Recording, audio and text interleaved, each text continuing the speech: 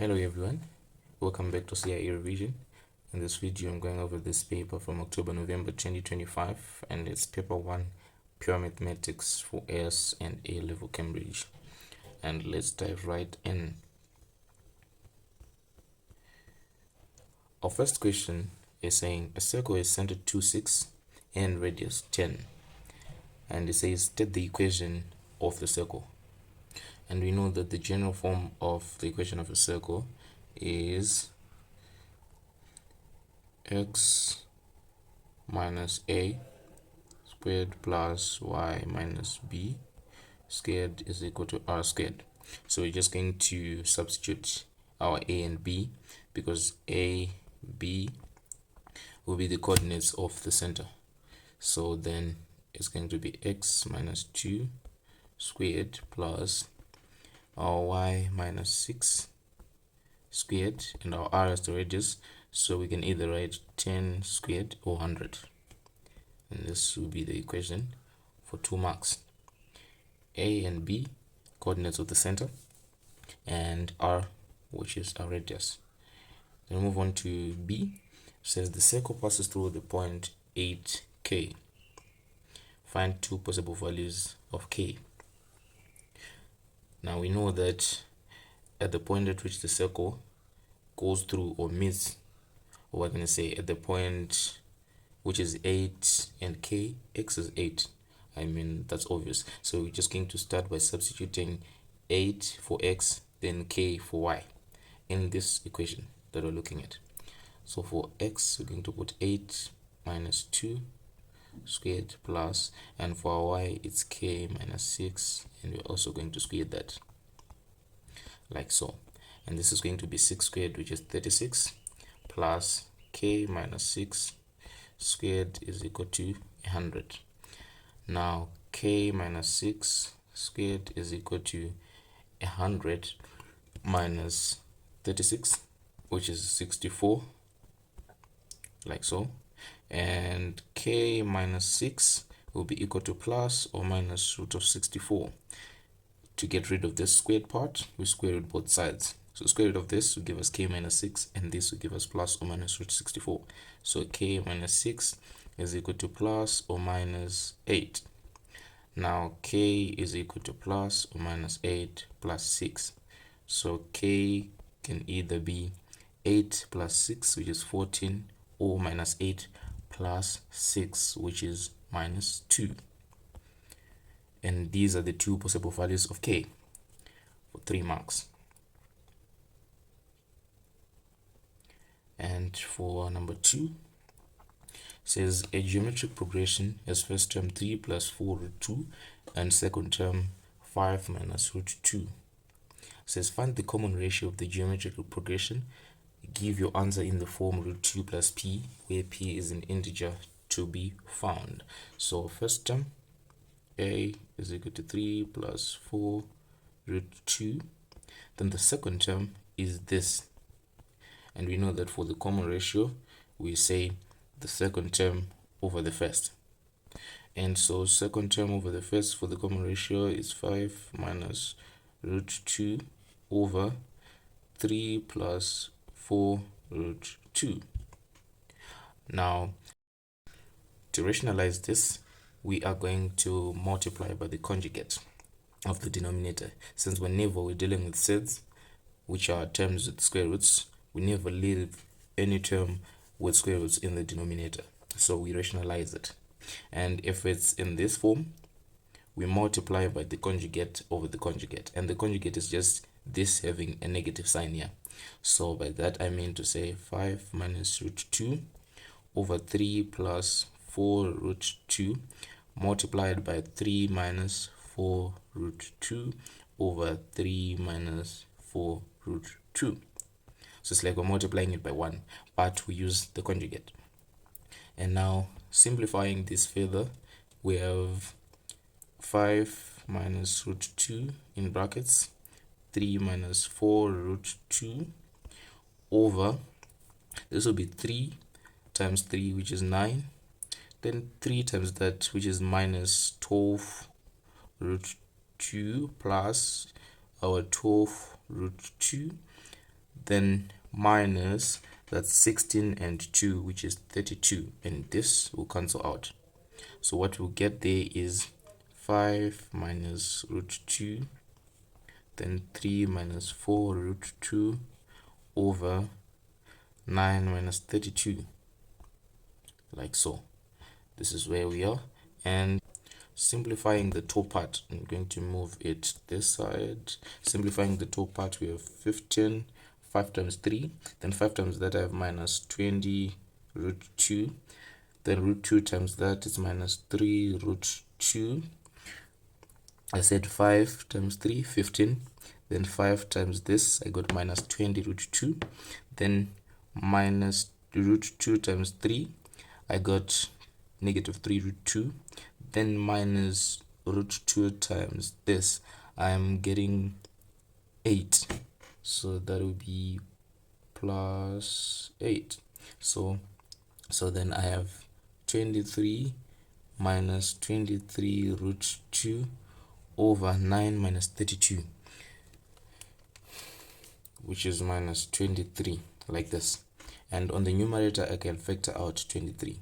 So 23, 1 minus root 2, like this, 1 minus root 2 over minus 23, and this will be 1, this 1, so it's over minus 1, like that. So I'll get minus 1 plus root 2, in other words root 2 minus 1, which is in the required form, root 2 plus p. Our p is negative, like that. So we said the second term over the first, then we rationalized the denominator by multiplying by a conjugate, just replacing this positive with the negative, right? Then in doing that, we got this part, and we went down to this part where we simplified this, and we came to here, and finally coming down to this part, and that will give us 3 marks. And moving on to part B, says find the sum to infinity of the progression. We know that for sum to infinity, it's a over 1 minus r, right? R being our common ratio and this a being our first term.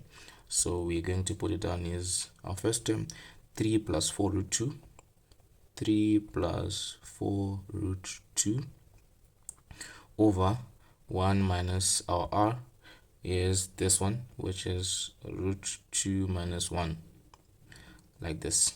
And this comes down to 3 plus 4 root 2 over 1 minus root 2 plus 1, which is 3 plus 4 root 2 over 2 minus root 2, like this. And again, because we have a term with a square root in the denominator, we are going to rationalize it by multiplying by its conjugate. So it will be 2 plus root 2 over 2 plus root 2. Now we have 3 plus 4 root 2 brackets 2 plus root 2.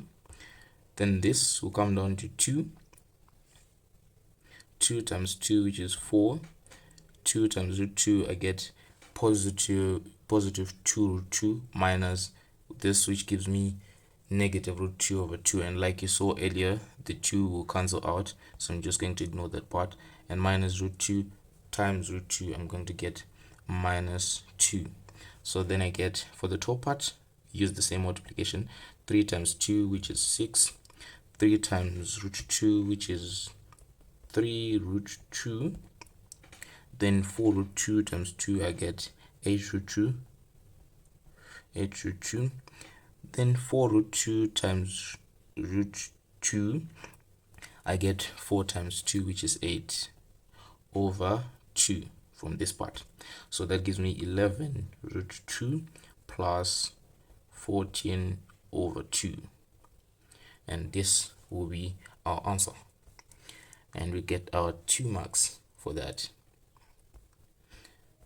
Now moving on to the third question, it's saying on part A, express 4x squared plus 10x plus 6 in the form a x plus b squared plus c, which is the completed square form where a, b, and c are rational constants to be determined for 2 marks. So just going to complete the square for this one, and for that we need to factor out the coefficient of x squared, which is 4 x squared plus 10 over 4. It's like dividing everything by 4 by factoring out like that, plus 6 over 4 like this. Then we're going to complete the square for this part, then at the end multiply by this 4, and so this will be x plus half of this, which we just multiplied the denominator by 2, 10 over 8, and this is squared, plus our 6 over 4 minus this squared, which is our 10 over 8 squared, and all this will be multiplied by 4. So now using our calculators, we get x plus 10 over 8 squared, then 6 over 4 minus bracket 10 over 8, 6 over 4 minus bracket 10 over 8 squared. I'm getting minus 1 over 16 for this part. Now multiplying the 4 back in, we get 4x plus 10 over 8 squared minus 1 over 4, like that, and that will be exactly in this form. Our a is 4, our b is 10 over 8, which we can simplify. This is 4 over 5 plus c, which is minus a quarter, and we get our 2 marks for that. Part B is saying the curve with the equation this, I believe it's the same expression that we got from the previous question, so I might need to use this at some point. The curve with the equation that and the line y equals k have exactly 1 point of intersection. They meet at exactly 1 point. Then using your answer from part A or otherwise, but I prefer using the answer from part A. Using your answer from part A or otherwise, take the value of the constant k. So we know that at the point of intersection, they share coordinates, the curve and the line. So at that point, they have the same y coordinate and they also have the same x coordinate. So here, looking at the equations, we see there's y equals this, then here there's y equals this. But we know at the point of intersection, they share a y coordinate and an x coordinate as well. So for this, I'm going to equate this expression to k, since at the point of intersection, they share coordinates. So our 4x squared plus 10x plus 6 was equal to k. And since the question suggested that we use the answer from part A for this part, I'm going to take this down here to say my 4x plus 5 over 4 squared minus 1 over 4 is equal to k. And let's see if this makes our work easier in any way. Oh wait, it's just 1 mark. I was going to use the discriminant to try and get the value of k, but for 1 mark I think it's something that has to do with an observation from what we have. Oh yes, if we look at this, it's representing a parabola, right, that is facing upwards because this is a positive constant. So if we say, for example, it's like this, and we're told that the line is y equals to k, this is telling us that the line is horizontal. It's y equals to a certain number, it's horizontal, and for there to be exactly 1 point of intersection, it has to be a tangent at this part of the curve. That's the only scenario for us to have exactly 1 point of intersection. And as you can see, this is the lowest point of the parabola, and if we're looking at this, the lowest point of the parabola is given by this term that is outside the bracket. So then we can just go ahead and safely say our k is equal to minus a quarter, like this, because y equals k is horizontal, and for there to be exactly 1 point of intersection between a parabola and a horizontal line, it has to be a tangent at the minimum point, which is down here, and we get the minimum point right here. This is the coordinate of the minimum point. Remember, the coordinate of the minimum point is minus this. It's minus 5/4 and this. So then this is the coordinate of y for the minimum point. It means y is equal to that. So our k should be equal to that. I hope that made sense for just 1 mark. And for number 4, we're given a funny looking diagram. It says the diagram shows the design for a company's new logo. Then it says the sector of the circle, center O, has radius r centimeters. And we have center O. It says the acute angle AOC is a third pi radians. Right at this moment, we need to switch our calculators to radians so that we don't make unnecessary mistakes, because the angles are given radians. Then the quadrilateral OAPC is a rhombus. Might have to use some properties of a rhombus a bit later, but let's see how it goes.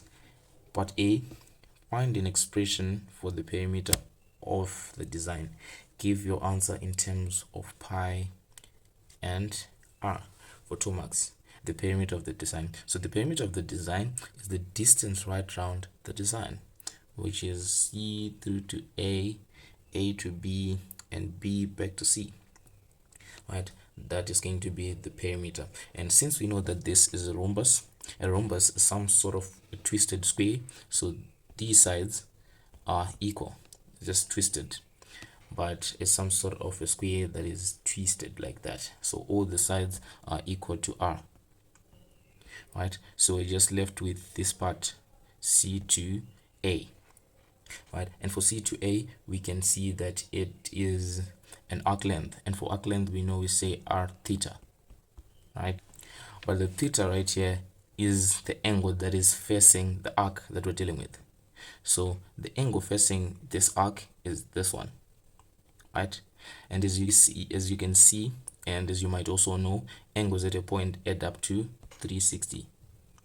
Right? Which is 2 pi. 360 is equal to 2 pi.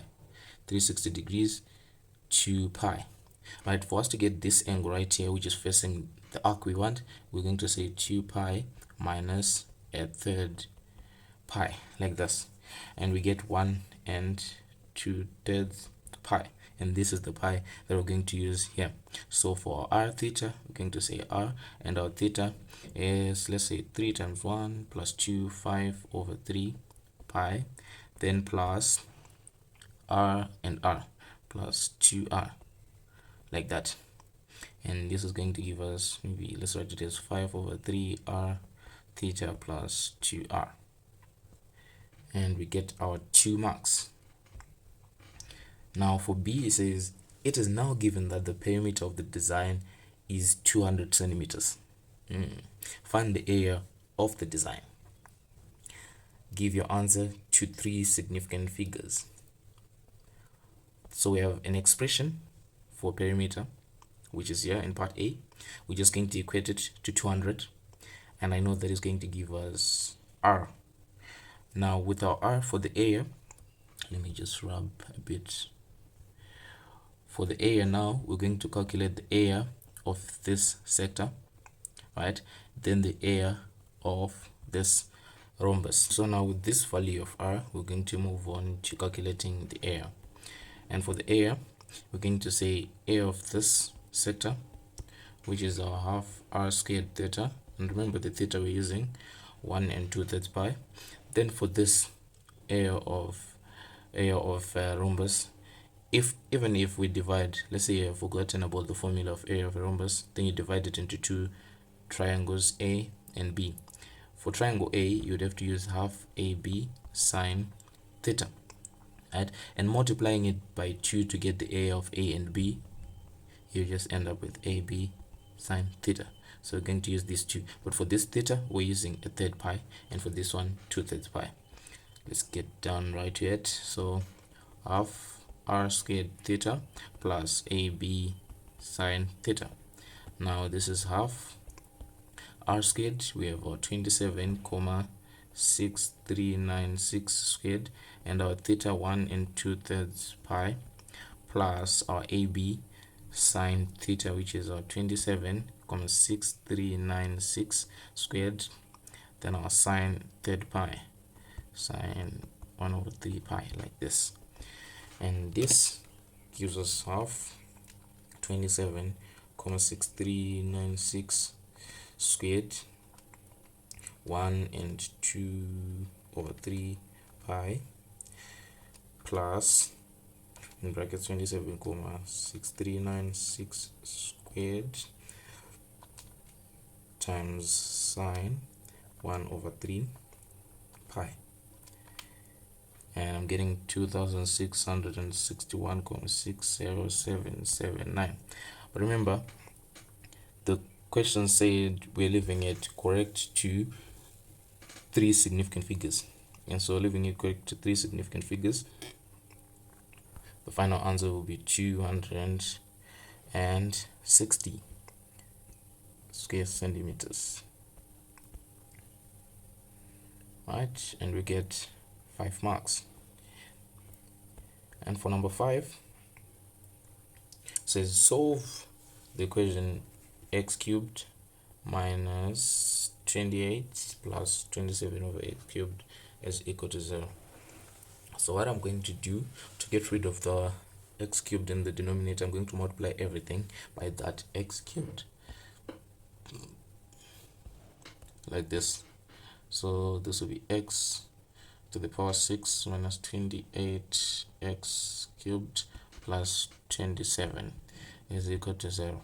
Now this is a disguised quadratic equation, so I'm going to say let y be x to the power 3. So then it would be y squared minus 28y plus 27 is equal to 0, like this.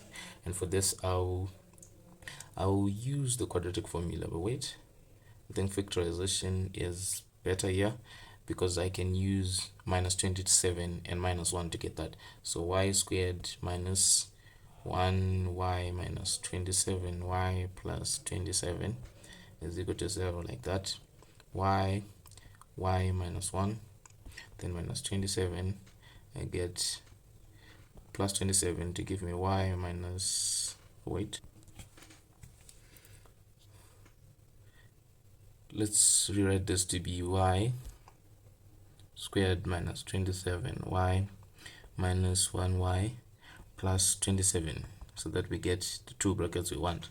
So y minus 27 minus 1 y minus 27 is equal to 0. Y minus 27 and y minus 1 is equal to 0. Therefore our y is equal to 27 or y is equal to 1. But remember, y is standing in for x cubed, and therefore we say x cubed is equal to 27 or 1. And to get rid of this 3, we cube root it.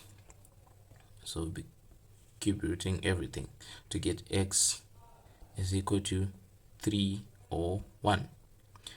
So x can either be 3 or 1, and that is for 3 marks.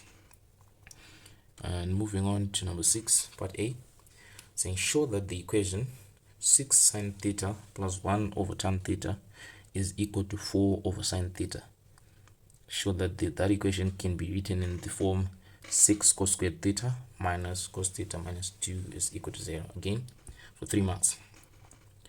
So what I want us to do first here is to expand that, or in other words, write it as, we know that tan theta is sine theta over cos theta. So we're going to try and write it like that. So 6 sine theta plus 1 over sine theta cos theta is equal to 4 over sine theta. So when you have a situation where you have, for example, 1 and 1/3 times like this, you just multiply the denominator and the numerator, and this becomes your new denominator. And we can see that here. So we say 6 sine theta plus, we multiply this and that, and this becomes our new denominator, cos theta over sine theta, is equal to 4 over sine theta. And to get rid of the sine theta that is in the denominator, we are going to multiply everything by sine theta. Sine theta. So there will be 6 sine squared theta plus cos theta being equal to 4, like that. And now we know we can write sine squared as 1 minus cos squared theta. So 6 1 minus cos squared theta plus cos theta is equal to 4. Now this becomes 6 minus 6 cos squared theta plus cos theta is equal to 4. And looking at this, our 6 cos squared is positive, so we're going to take everything to the right hand side. So 6 cos squared theta minus cos theta, and this 4, we're having this coming that side, and it will be negative. 4 minus 6, we have minus 2, and this will be equal to 0. And just by doing this, we have shown that this can be written as that for 3 marks. And for the second part, it says hence, meaning we might need to use the answer from part A. Solve the equation this, and you need to check and see if they are similar, and they are. Sometimes they like to change it a bit, but you still be required to use your answer from the first part if they say hence. In this case, I don't think they changed anything. So we're just going to solve this, which is our 6 cos squared theta minus cos theta minus 2 is equal to 0. So what I'm going to do here is to say let x be cos theta, so that I write it as 6x squared minus x minus 2 is equal to 0, like that. And using factorization, I can say 6x squared minus 4x plus 3x minus 2 is equal to 0, like this. And I need to rearrange these two. 6x squared plus 3x minus 4x minus 2. Right, this is just to make my life easier. And with 3x, I get 2x into here plus 1. Then here I use minus 2 to get 2x plus 1 is equal to 0. So this gives me 2x plus 1, and 3x minus 2 is equal to 0. And from here I get 2x plus 1 is equal to 0, or 3x minus 2 is equal to 0, which comes down to x being equal to minus a half, or x being equal to 2/3. But again, we need to get back to this part where we said x is standing in for cos theta. So then cos theta is equal to minus half or 2/3, like this. And I'm going to use the cost method. We have cos, O, S, and T. And this, we use our principal value. For this we say 180 minus our principal value. For this we say 180 plus our principal value, and this 360 minus our principal value, like that. And so for the first part, we ignore the signs. So ignoring the signs, that will give us our principal value, PV. We're just going to say theta is equal to the cos inverse of half, ignoring the sign. Make sure you change your calculators back to degrees. So cos inverse of half is giving me 60 degrees. And for this part as well, cos inverse of 2/3 is giving me 48,19 degrees. Let's use it like that. So we're going to start by looking at this. So after we get our principal value, then we consider the sign. For our cos there, it's negative, and we know cos is negative in the second and fourth quadrants. So we're going to use our PV there to say 180 minus our PV, which is 60, and 180 plus our PV, which is 60 again. So this will give us 240. Oops, I added this, supposed to be 120, and this will be 240. Because cos is negative in these two quadrants, we use our principal value like that. And for this part where our cos is positive, it is in the first and fourth quadrants. The first quadrant representing O, meaning O are positive, including cos, and the fourth quadrant where we have only cos being positive. And for that we use 360 minus PV, which is this PV and the PV. So we have 48,2 degrees and 360 minus 48,2. I'm getting 311,8 degrees. Now with these four answers, we can check to see if they fall within the given range. The angle should be, or theta should be, between 0 and 360. So we're just going to pick answers that are between 0 and 360. 120 degrees, or 240 degrees, 48,2 degrees, and 311,8 degrees. So all of them qualify, and this gets us our 4 marks. And now on the 7th question, says a manufacturer wishes to design an open cylindrical tank as shown in the diagram. The tank will have a base but no top. The outside of the tank will have a fixed surface area of 600 pi square centimeters. That is the outside surface area. The radius r and the height h of the tank can vary.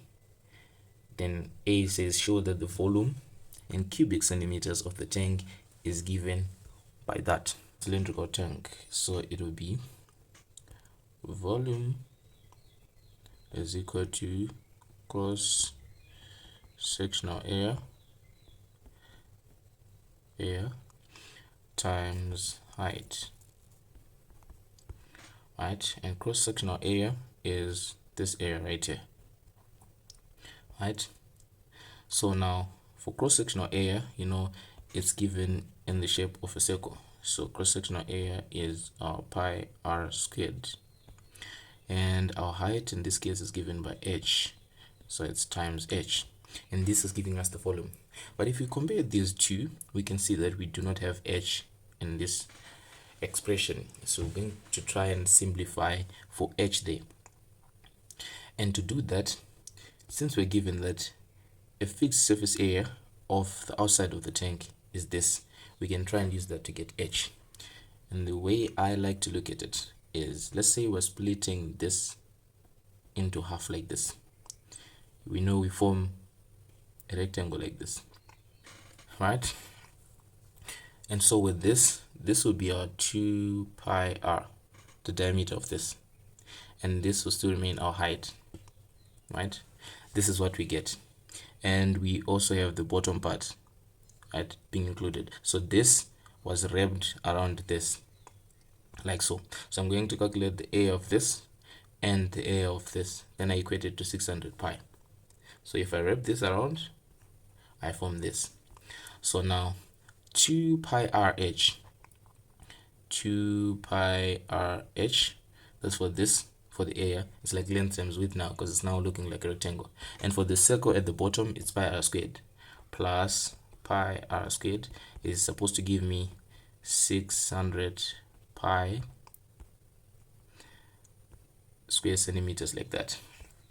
And for this, I'm going to factor out pi, so 2RH plus r squared is equal to 600 pi. Then I divide by pi on both sides. Now I'm left with 2RH plus r squared is equal to 600. Now we're looking for h, so I'm going to make h the subject. It's equal to 600 minus r squared over 2r. That's our h. Now we're just going to plug this h here, right? And if we do that, we have our pi r squared, and for h you're going to say 600 minus r squared over 2r, like so.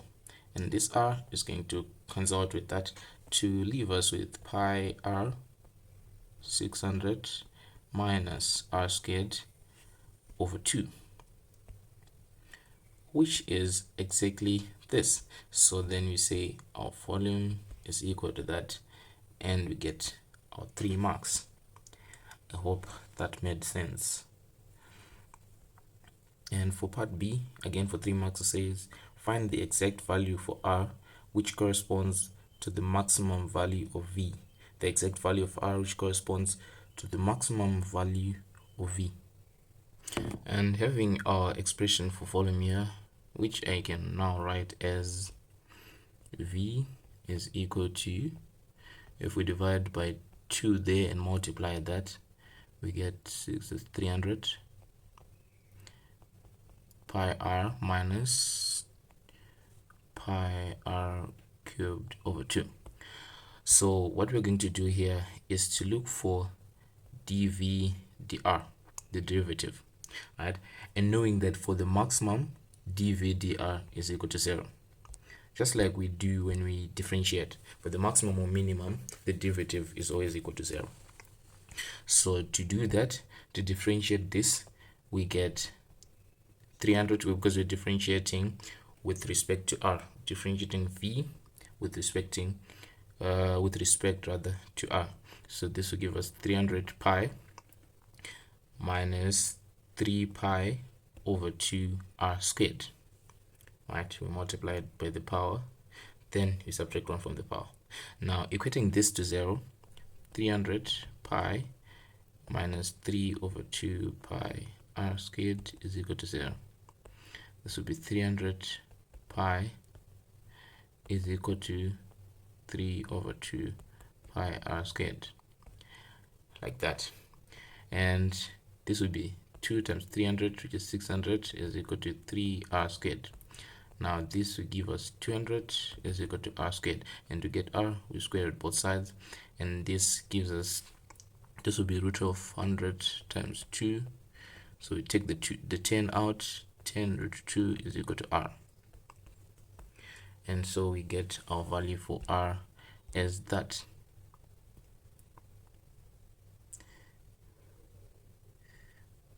Right, now it says hence find the maximum value of v. Hence find the maximum value of v, and for this we're just going to substitute r into this expression for v right here. So it will be 300 pi for r is 10 root 2, pardon my handwriting, minus pi, then we have r to the power 3, 10 root 2 to the power 3 over 2, and punching that in our calculators, 300 pi 10 root 2 minus pi 10 root 2, let me put that in brackets, 10 root 2 to the power 3 over 2 over 2 not 3, and I'm getting 8,885,7658, and I'm just going to leave it correct to 2 decimal places, 8885,77, and this is cubic centimeters, and you get your 2 marks. And moving on, let's see if I didn't miss anything. Okay, cool. Moving on to number 8, saying the diagram shows a curve with equation y equals root 6x plus 5. Then it says the shaded region is bounded by the curve, the x-axis, and the line x equals a and x equals 2a, where a is a positive constant. Then it says this shaded region is rotated through 360 about the x-axis to form a solid, and the solid has volume v such that v is greater than or equal to 46 pi. Then it goes on to say show that 9a squared plus 5a minus 46 is greater than 0 for 4 marks. We know that if a shaded region is rotated through 360 degrees about the x-axis, we integrate an expression for y squared. And when the shaded region is said to be rotated through 360 about the y-axis, we use an expression for x squared and we integrate. And in this case, since the question says it's being rotated through 360 about the x-axis, we're going to use the expression for y squared. And since we're given y here as y is equal to root 6x plus 5, to get y squared, we just square both sides. And this will give us our y squared to be 6x plus 5. Now we're going to integrate that using these as our limits. So integrating that, we get 6x squared over 2 plus 5x. And that gives us 3x squared plus 5x. And now putting our limits down to a and a, I'm going to substitute 2a first. So it's 3 2a squared plus 5 2a minus 3a squared plus 5a. Now this will be 4a squared, so 12a squared plus 10a minus 3a squared minus 15a. And this comes down to 9a squared minus 5a. Right? And remember, we were told that the v is greater than or equal to 46 pi. And this reminds me of something. When we are dealing with volume, we always have a pi right here next to our answer.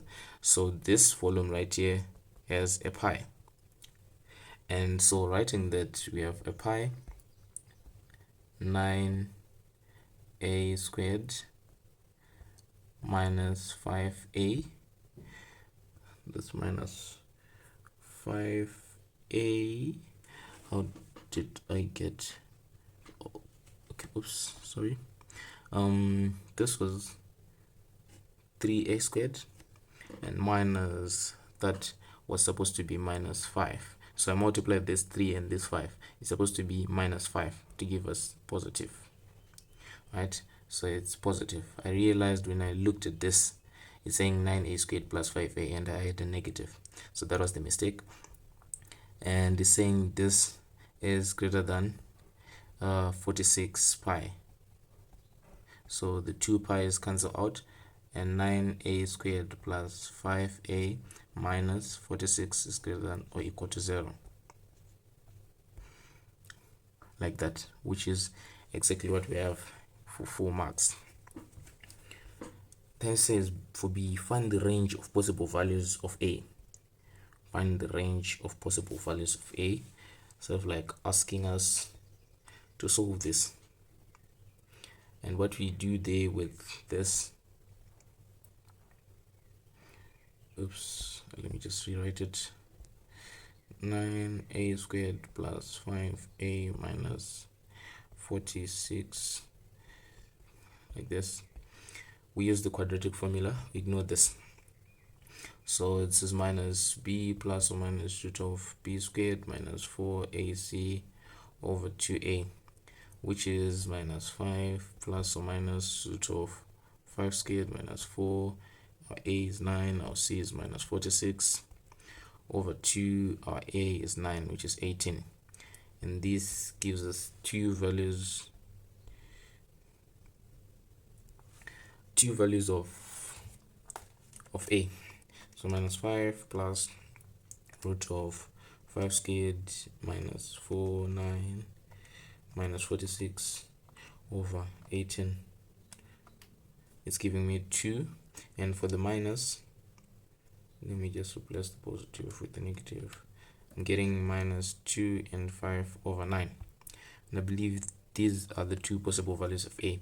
But because there's a greater than sign and we have a positive coefficient of a squared, if we sketch this, a positive coefficient means it's facing up like that, it's a smiley face, and a negative means it's facing down. So if it's facing up like this, I like to sketch it like this. This is the safest way. Then I put these points minus 2 and 5 over 9 and 2, right? And for greater than or equal to, we're looking at regions that are above the x-axis, and for that we can see that a is less than minus 2 and 5 over 9, and a is greater than 2, and these are the two regions. So for the range of possible values of a, we write it like that, to say a is less than 2 and 5 over 9, and a is greater than 2, and this is supposed to get you 3 marks. Now for number 9, says in the expansion of p plus qx to the power 4, the coefficient of x is equal to the coefficient of x squared, and the constants p and q are both positive. Then it says find the ratio p to q and give your answer in its simplest form. So to get the coefficient of x, you're going to choose 1 from 4. So 4, choose 1. Then our qx will be to the power 1, our p to the power 4 minus 1, which is 3. And to get the coefficient of x squared, we choose 2. 4, choose 2. Then our qx to the power 2, the 2 that we've chosen. Then our p to the power 4 minus 2, which is 2. Now 4, choose 1, that's 4. So this will give us 4 qx p to the power 3. And 4, choose 2, 6 q squared x squared p squared. And it says the coefficients are equal. The coefficients, so we exclude the part. So 4 q p to the power 3 is equal to 6 q squared p squared. And so this, as it says, p to the power q, p to the power q. Okay, so if we want p to the power q, this is going to give us q, and this is going to give us p. So 4p is equal to 6q. So we want p to the power q there, and just say p to the power q is the same as saying p over q. So p over q will be equal to 6 over 4, which is 3 over 2, like that. And we can also write this as 3 over 2, and that should give us 3 marks. Then it goes on to say it is given that the coefficient of x cubed is 486. Find the values of p and q. Now for x cubed, we choose 3 for this, so it's 4, choose 3.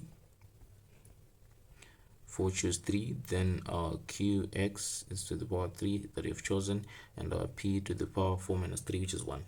And we're told the coefficient is equal to that. So just say 4, choose our 3. We get 4 q to the power 3, x to the power 3, and p. And excluding this, we get the coefficient. So we're going to say 4 q to the power 3 p is equal to 486, like that.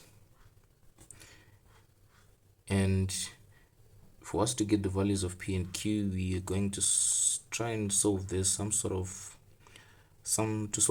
simultaneous equation here, because we have 2 variables. And if we look at the ratio that we had p over q is equal to 3 over 2, meaning we can say p is equal to 3 over 2 q. If we multiply both sides by q there, we have that.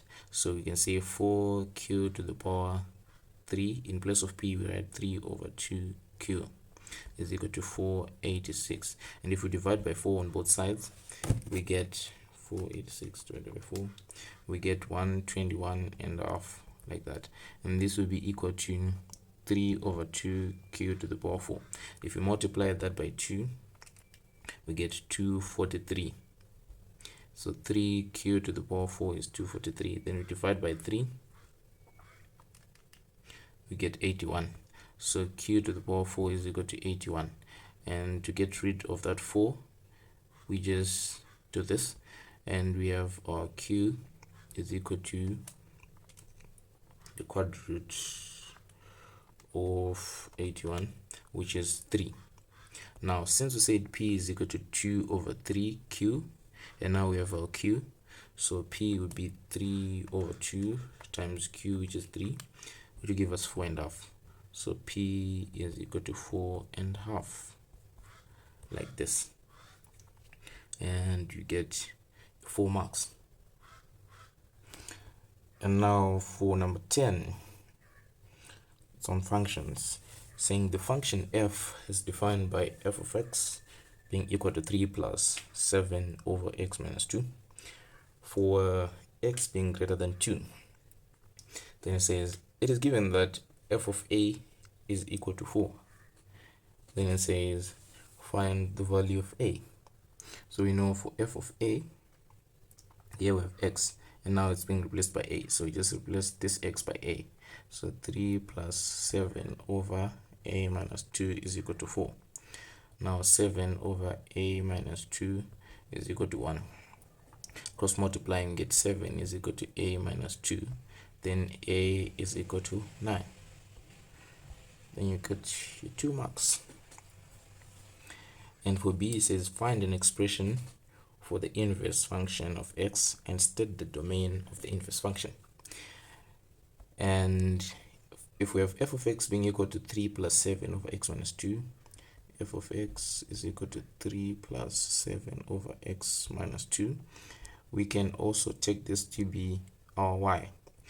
And to get the inverse, we swap the y and the x, and we make the new y the subject. So this we write as x is equal to 3 plus 7 over x, x minus 2. Sorry, it's y. We're swapping the x and the y's around. Then we try and make the new y the subject. So x minus 3 is equal to 7 over y minus 2. Then y minus 2, x minus 3 by cross multiplying is equal to 7. And now y minus 2 is equal to 7 over x minus 3. Right, we're dividing by x minus 3 on both sides. So now our y will be equal to 7 over x minus 3 plus 2, like this. And this automatically becomes our inverse function, expression x minus 3 plus 2, like that. And now for the domain of the inverse, we know domain of the inverse is equal to the range of f of x of the original function, like that. And so for us to get the range of the original function, we look at the original equation here, and the domain was x is greater than 2. So this, the number, any number that we're going to replace x with here is going to be greater than 2, meaning we're not going to have 0 on this item. If we're not going to have 0 here, it tells us that everything that we're going to get for f of x is just going to be greater than 3, because it's saying 3 plus this. And if we're not getting 0 on this, it's always going to be greater than 3. So it's safe to say f of x is always greater than 3. But if the domain had included values that are less than 2, then maybe, because if we say 2 minus 2, we get 0, and this will be undefined, and we're adding an undefined term. And if we add as a term that is less than 2 here, we'll get a negative, which will give us 3 minus something. But since we're having all the values of x being greater than 2, it means this is just going to do nothing but add to the 3. So f of x is greater than 3. So now, knowing that, we use that as our domain for the inverse, and we write it as x is greater than 3 for the domain of the inverse, and we get our 4 marks. Now for C, it says the function g is defined by g of x equals to 1 plus 4x over 2x minus 3 for x being greater than 3 over 2. For x being greater than 3 over 2, check x being greater than 3 over 2. Show that fg of x is the same as k of x, where k is a constant to be determined. And if we look at our f of x, it's 3 plus 7 over x minus 2. And for fg of x, we have this g of x where there was previously x. So if our f of x is 3 plus 7 over x minus 2, like this. In place of this x, we're going to put g of x. So we'll write it as 3 plus 7 over g of x 1 plus 4x over 2x minus 3. Then this is minus 2. Then I'm going to simplify this denominator. So the common denominator is 2x minus 3. So I get 1 plus 4x minus 2x minus 3. That's going to give me 1 plus 4x minus 4x plus 6 over 2x minus 3. And this will cancel out. I'm left with 7 over 2x minus 3 for the denominator, for the entire denominator. So that comes down to 3 plus 7 over 2x minus 3. And remember, if we have a situation like this, just multiply this and that, and this becomes your new denominator. So it's 3 plus 7 2x minus 3 over 7, like that, and 3 plus 2x minus 3, and this will give you 2x. And this was for f g of x. And remember, the question said is equal to this, in other words. So we got 2x, so 2x and kx, meaning k is equal to 2. So k is equal to 2 there, and we get our 3 marks. And for number 11, which is the last question, says the diagram shows the curve with the equation y equals 4x squared minus x cubed and the tangent to the curve at P. The point P is x coordinate 3. That's what we are being told. The point P is x coordinate 3. It says find the equation of the tangent to the curve at the point P and give your answer in the form y equals mx plus c. So for us to get an equation, here are the things that we need. We need a coordinate on the line, in this case on the tangent, to get the spelling right, on the tangent, and the gradient of the tangent,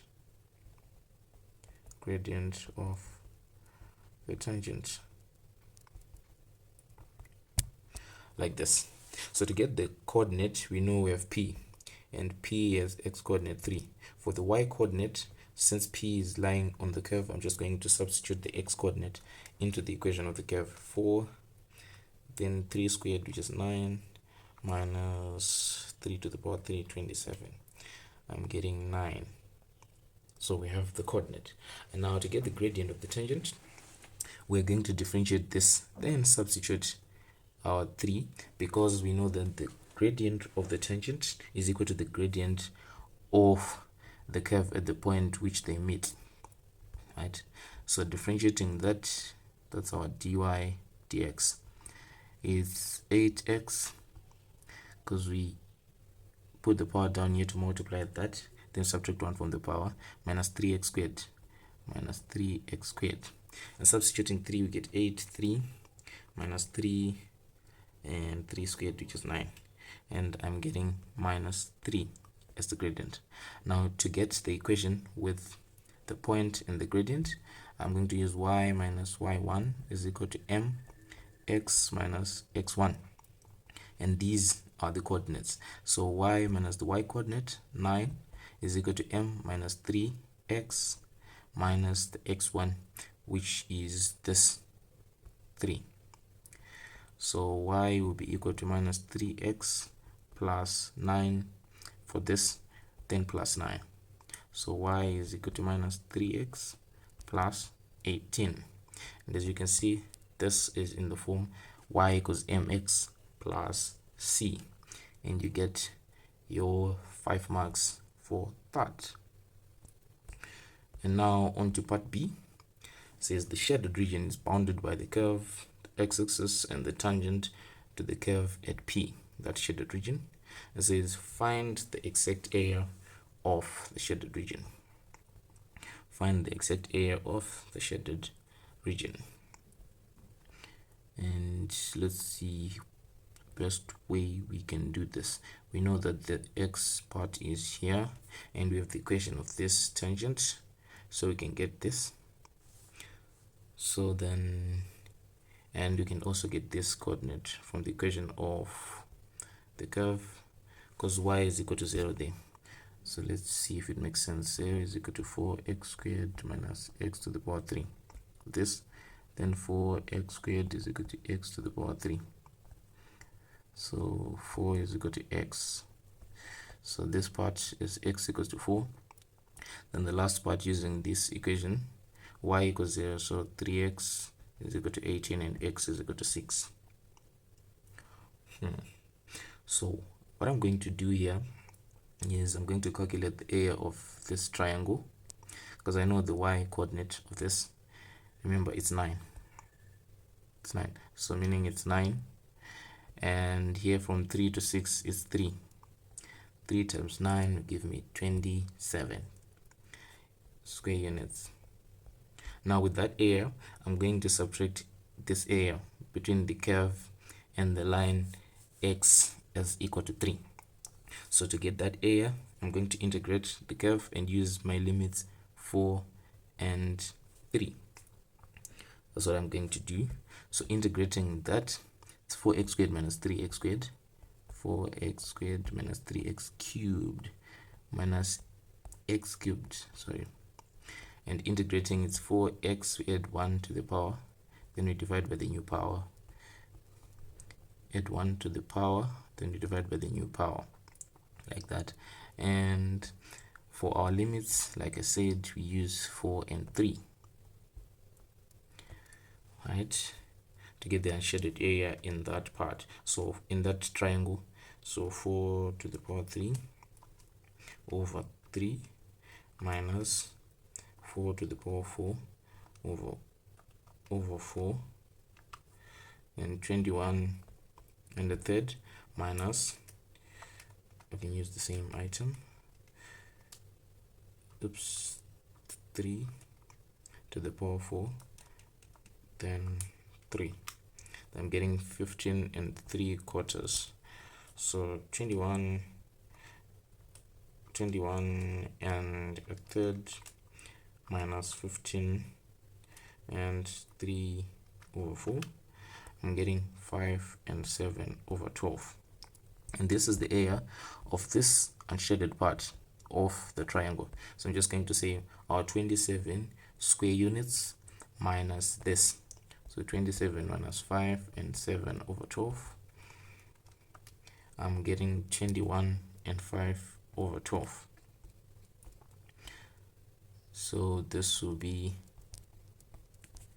square units, and that will be our area. I hope that made sense. Oops, there's a mistake. For the area of the triangle, remember it's base times height over 2. I realized I just said 9 times 3 and I got 27, and I forgot to divide by 2. So if we divide our 27 by 2 there, we get our 13 and a half. Please pardon me for that mistake.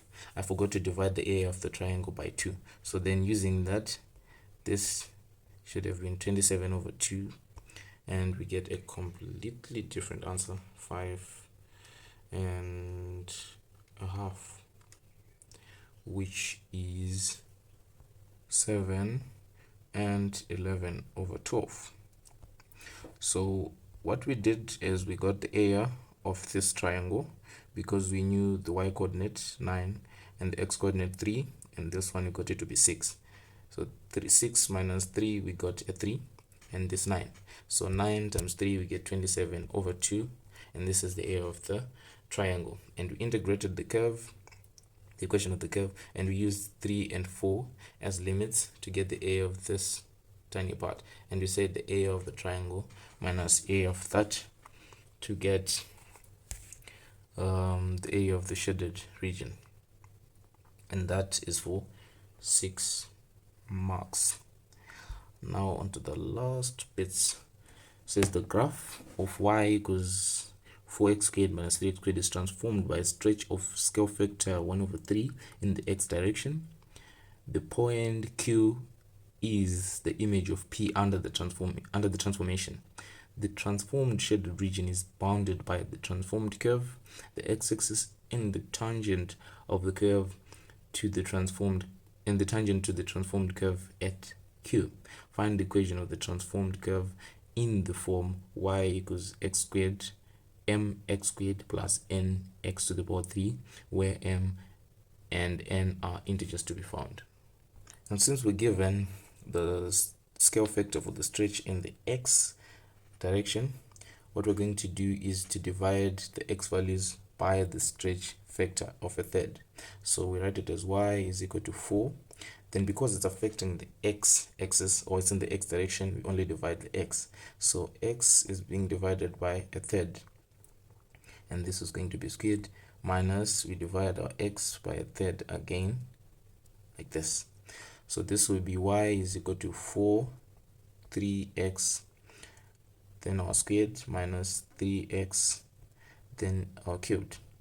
And this will be y is equal to 9 squared, 3 squared is equal to 9, and 9 times 4, that's 36x squared, and 3 to the power 3, that's minus 27 due to this negative sign, x to the power 3, and that is in that form, like that. Then it goes on to say, for C part 2, state the coordinates of Q and the area of the transformed shaded region. And that is our last question. And for that, we're going to say the coordinate of P was originally 3, 9. So P was 3, 9. And the transformation only affected the x-axis. So we're just going to multiply the x coordinate by a third, like that. And we get our Q as 1, 9. Right? And for the area as well, we got the area to be 7 and 11 over 12, right? And since the scale factor for the stretch was a third, we also multiply this by a third, and that gives us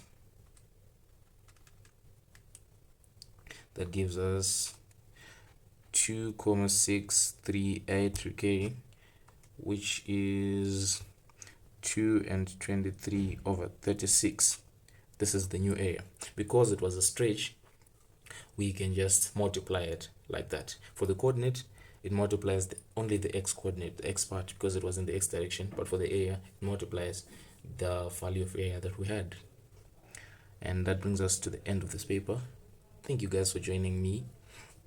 Please do continue to revise and prepare for your examinations.